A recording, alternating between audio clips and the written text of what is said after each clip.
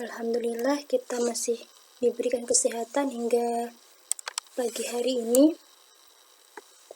Bertemu lagi di pelajaran prakarya bab 2 teknologi dan komunikasi kelas 8 part 2. Nah, kemarin part 1 di sejarah teknologi dan informasi.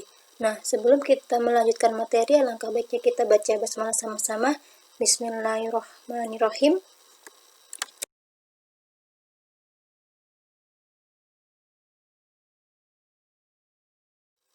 Nah, di part 2 ini kita memasuki bagian B, yaitu media penghantar komunikasi. Nah, alat komunikasi adalah sebuah media yang digunakan untuk menyebarkan atau menyampaikan informasi, baik informasi kepada satu orang saja maupun banyak orang. Nah, alat komunikasi ini juga bukan hanya menyampaikan informasi saja, tetapi juga menghasilkan sebuah informasi. Nah, di sini berdasarkan rentang waktunya, media komunikasi dibedakan menjadi alat komunikasi masa kuno atau masa lalu dan alat komunikasi modern.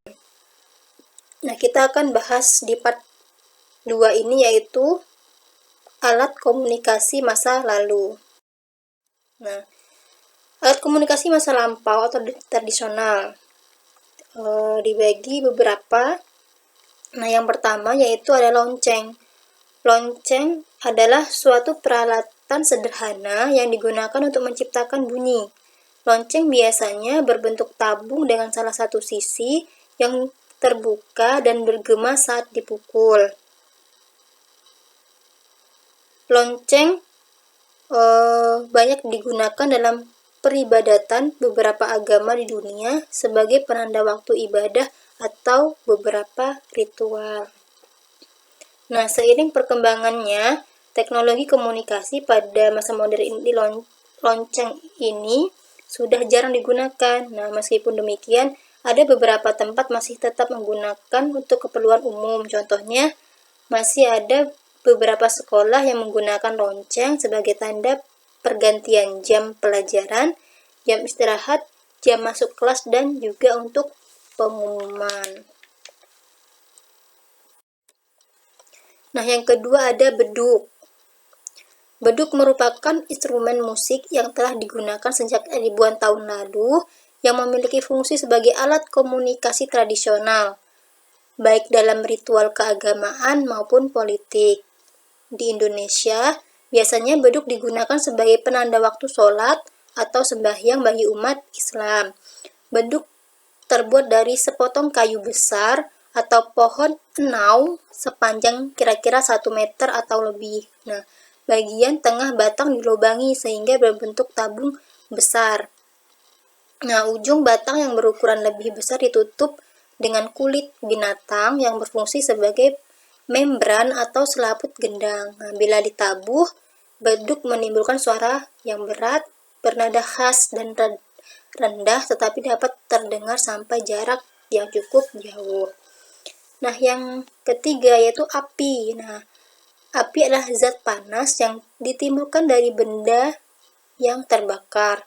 Api berasal dari proses oksidasi sehingga berupa energi berintensitas yang bervariasi dan memiliki bentuk cahaya dengan panjang gelombang juga di luar spektrum visual sehingga dapat dan tidak terlihat oleh mata manusia, dan panas yang juga dapat menimbulkan asap. Nah, api ini digunakan dalam komunikasi tradisional. Api berguna sebagai pertanda berakhirnya suatu acara. Selanjutnya ada asap.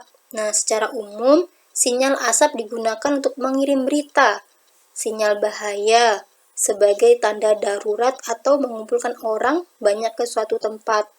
Alat komunikasi ini biasanya digunakan untuk mengirim suatu pesan rahasia kepada teman ataupun lawan. Nah, yang kelima kentongan. Pasti nggak asing lagi di telinga kalian. Nah, kentongan terbuat dari bambu yang bagian tengahnya dilubangi dan dilengkapi dengan pemukul kentongan. Nah, kentongan sebagai alat komunikasi yang ada di masyarakat, biasanya digunakan untuk mengumumkan suatu berita atau peristiwa yang terjadi. Meskipun saat ini teknologi sudah semakin canggih, namun sebagian masyarakat menggunakan media komunikasi tradisional ini, khususnya di daerah pedesaan, yang digunakan sebagai sarana ronda malam.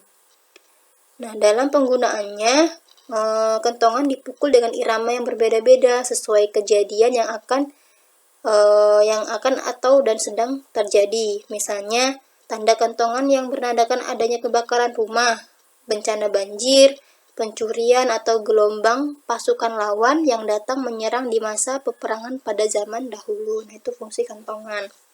Kalau zaman modern sekarang lebih ke ronda malam ya, kalau misalnya kalian sering di daerah rumah kalian masih ada yang sering ronda, nah itu biasanya pakai kentongan untuk mukul-mukul. Nah, misalnya kalau ada maling kayak gitu kan, mereka langsung beri tanda. Selanjutnya adalah prasasti. Nah, menurut Kamus Bahasa Indonesia, prasasti merupakan piagam yang tertulis pada batu, tembaga, dan sebagainya. Prasasti ini merupakan sumber sejarah penting untuk mengungkap peristiwa masa lalu. Jadi biasanya ilmuwan-ilmuwan itu menemukan suatu ilmu atau suatu sejarah itu biasanya melalui prasasti, kayak gitu, peninggalan-peninggalan pada zaman dahulu. Nah, selanjutnya adalah daun lontar. Selain prasasti, daun lontar juga digunakan sebagai alat komunikasi pada masa lalu. Nah, daun lontar adalah daun dari pohon siwalan yang dikeringkan. Daun lontar dikenal sebagai daun pohon nira. Nah, pada zaman dahulu, orang sudah menggunakan bahasa tulisan sebagai alat komunikasi. Kegiatan surat menyurat di Indonesia sudah dimulai sejak masa kerajaan Kutai, Tarumanegara, Pajajaran, Majapahit, Sriwijaya, dan Mataram. Nah, media yang digunakan untuk kegiatan surat menyurat pada zaman itu yaitu daun lontar. Nah, para raja zaman dahulu menggunakan daun lontar untuk menulis maklumat atau pengumuman kepada rakyatnya. Daun lontar juga dipakai untuk menulis naskah dan kerajinan. Naskah dari daun lontar banyak ditemukan di Sunda, Jawa, Bali, Madura, Lombok, dan Sulawesi Selatan. Nah, ini beberapa daun lontar yang masih hijau, dan ini bentuknya ketika mereka membuat sebuah pesan. Yang ke-9, trompet dari tanduk hewan. Pada zaman dahulu, trompet digunakan sebagai penanda dimulai atau berakhirnya suatu kegiatan tertentu. Selain itu, trompet juga sering digunakan dalam medan perang sebagai penanda suatu perintah atau pergerakan pasukan dalam peperangan. Kalau kalian lihat sering di film-film perang gitu ya kan, pasti ada komandonya yang biasanya itu yang nerompet, membunyikan trompet gitu, suatu penanda bahwanya ada suatu pergerakan, biasanya kayak gitu. Selanjutnya yang terakhir yaitu merpati pos. Nah, sejak zaman dahulu, merpati digunakan untuk menyampaikan pesan-pesan jarak jauh.